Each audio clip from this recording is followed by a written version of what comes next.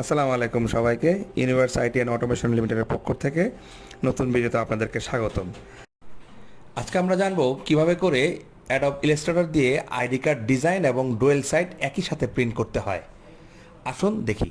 আমরা file option থেকে ও new বাটনে প্রেস করে নতুন একটা ডকুমেন্ট ক্রিয়েট করব। এখানে আমাদের ডকুমেন্ট ক্রিয়েট করার জন্য আমাদের যে মেজারমেন্টটা এটা মিলিমিটারে হতে হবে। মিলিমিটার থেকে যখন আমরা মিলিমিটার সিলেক্ট করব, এখানে একটা কার্ডের স্ট্যান্ডার্ড সাইজ হয়ে থাকে উইডথে হচ্ছে 54 এবং হাইটতে হচ্ছে 86 মিলিমিটার। এখন আমরা যদি পোর্ট্রেট অংশ নেই তাহলে উইডথ হবে 54 মিলিমিটার এবং হাইট হবে 86 মিলিমিটার।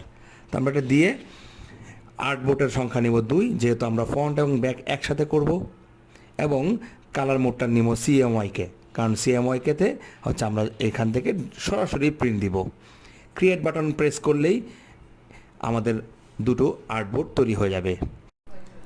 এখন আমরা আগের পূর্বেই ডিজাইনকৃত ডিজাইন থেকে আমাদের ফন্ট কার্ডের ফন্ট পাসটার কপিটা নিয়ে আসবো এখানে, এবং ব্যাক পার্টের ফাইলটার কপিও নিয়ে আসবো।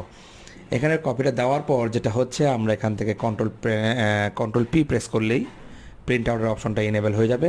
আমরা ডুয়েল সাইড প্রিন্ট করার জন্য সরাসরি আমাদের প্রিন্টারকে সিলেক্ট করতে হবে। প্রিন্ট বাটন প্রেস করলেই দুই পাশ একসাথে প্রিন্ট বের হয়ে যাবে। তো ধন্যবাদ সবাইকে, দেখা হবে আগামী কোনো ভিডিওতে।